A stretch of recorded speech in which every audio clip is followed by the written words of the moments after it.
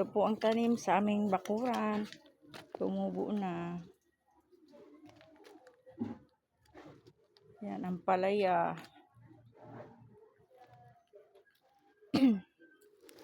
Ito, patubo pa lang.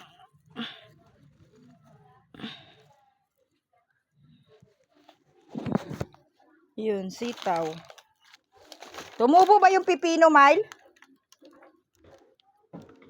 Mile!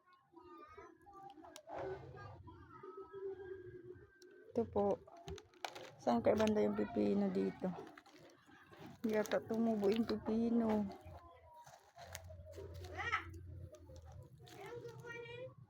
Cellphone doon ni kuya mo, sa uli mo doon.